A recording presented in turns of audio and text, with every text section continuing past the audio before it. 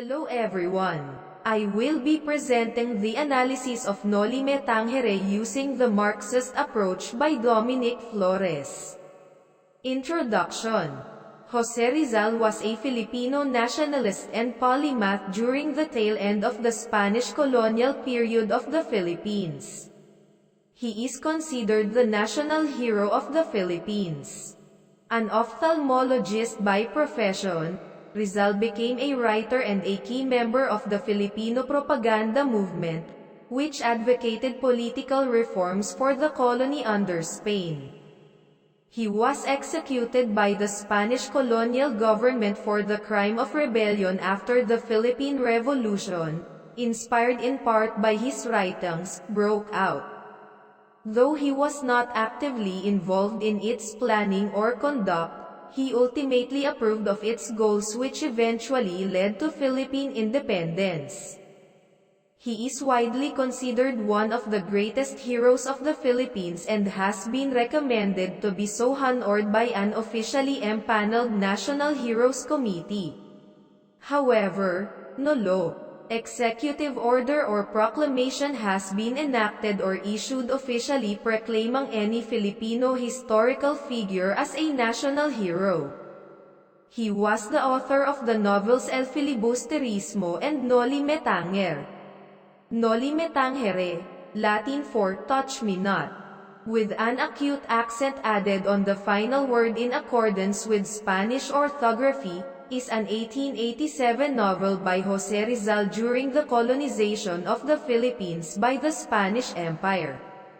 To describe perceived inequities of the Spanish Catholic friars and the ruling government. Jose Rizal's Noli Tangere taught me to reflect on my actions and beliefs for the Philippines. The theme of the novel is to promote nationalism and to accept change in ourselves still applies to us today. It made me patronize our country even more, not just be respecting the law. Promoting Philippine culture, and realizing the true goal of the country by helping each other towards the improvement of the country. But also for appreciating and giving importance to everything that is Filipino. It taught me the values of wisdom, fighting what is right, and loving our country. This novel is being taught in school in order to not repeat the history itself by learning how to love our country and to empower the youth as the catalyst of change for our country. Being a true Filipino is what Jose Rizal wants us to be, to know who we are and what our true goals will make the country flourish. Noli Tangere starts when Juan Crisostomo Ibarra arrives from Europe after 7 years of studying. He learns that his father, Don Rafael Ibarra, died in prison because of a friar named Padre Damaso. In San Diego, a party prepared by Captain Tiago is held to welcome his arrival, which is attended by Padre Damaso, Padre Siba, Doña Victorina, and other important guests. He doesn't mind insults thrown to him by his enemies and kindly leaves to attend to important things. Ibarra is in love with Maria Clara, Captain Tiago's daughter. They meet after the party and talk about their love. Before he left San Diego and after learning the truth about his father's death through Lieutenant Guevara, he decided to forget his revenge and spends his time carrying his father's plan on establishing a school to show his good intentions. During the school's inauguration, an accident intended for Ibarra happens which ends in a death of a man.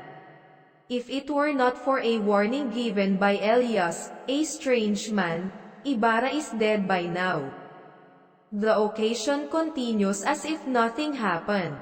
During dinner, Padre Damaso insults Ibarra and his father. The former loses control and suddenly attacks the friar, but he is stopped by Maria Clara. As a result, he is excommunicated. Captain Tiago breaks Ibarra's connection to his daughter because of Padre Damaso's insistence.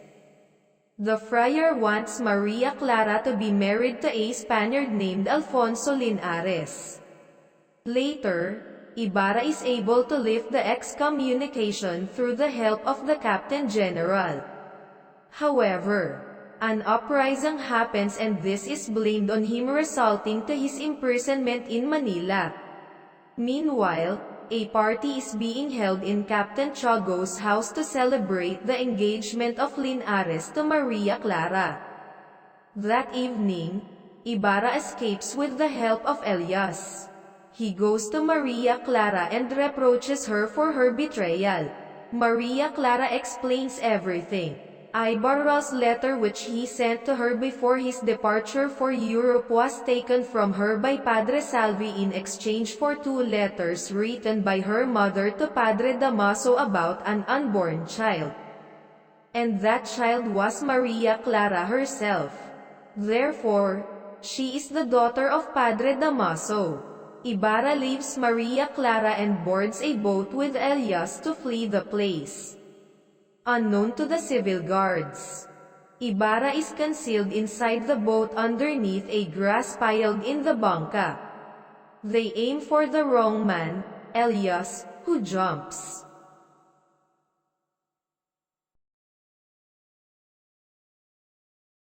into the water to mislead the pursuers.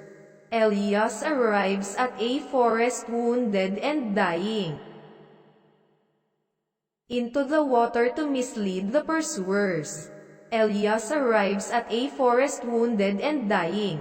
There he sees a boy named Basilio weeping over his mother's dead body. He asks the boy to burn his body together with sisa. The news of Ibarra's death spread all over town and Maria Clara is in grief. In her despair, she begs Padre Damaso to place her in a nunnery or else she'll be dead. The reluctant friar agrees. He died soon after. Unknown to her, Ibarra is still alive. The novel is widely considered the national epic of the Philippines and is adapted in many forms, such as operas, musicals, plays, and other forms of art. The method of analysis. Marxist approach or Marxism will be used in the analysis of the text. Marxism posits that the struggle between social classes, specifically between the bourgeoisie, or capitalists, and the proletariat, or workers, defines economic relations in a capitalist economy and will inevitably lead to revolutionary communism. Results and discussion. Upon the resurrection of Jesus Christ, he told Mary Magdalene the words, "Touch me not." The title itself implies one of the important messages of the novel: one careless step and you'll be stumbled, one wrong move and you'll be dead. Philippines during Rizal's time was weak and powerless. People were misled. Direct and indirect oppressions were common, especially those done by friars, depicted by the characters Padre Damaso, Padre Salvi, Padre Camora, and Padre Siba. His novel illustrates, through his characters, Spaniards' abuse, oppression, greed, and manipulation done to the Filipinos. Crisostomo Ibarra, in particular, depicts a typical character that represents the oppressed along with Sisa, Julie, Crispin and Basilio, Izagani, and others. Tragic episodes that occurred in their lives are the result of growing enslavement by the Spaniards. Hypocrisy, vices, gambling, etc. Social climbing by desperate Filipinos could also be the results of these oppressions. Friars became the main tyrants in the novel. Government officials were under these friars and all these represent the superstructures of community base in which they continue to spread their power. Their abusive manipulations by using the weaknesses of Filipinos, the proletariats, to fulfill their own interests. The friars have the greatest power in the community, capable of collecting taxes, putting a particular person to death, dictating how towns and communities should be run, and becoming a political leader themselves through the help, of course, by the governor-generals and civil guards. Though the main reason why Rizal wrote the novel was to expose oppressions, he, however, did not approve bloody revolution as a primary suggestion for eliminating these oppressions. He addresses revolution as only an alternative if reform is not possible, for a shout for independence. Famous Charles Dickens also addresses reform as initial move. This belief was represented through Ibarra himself during his talk with Elias. Rizal's ideology about revolution would later spark an uprising led by Andres Bonifacio.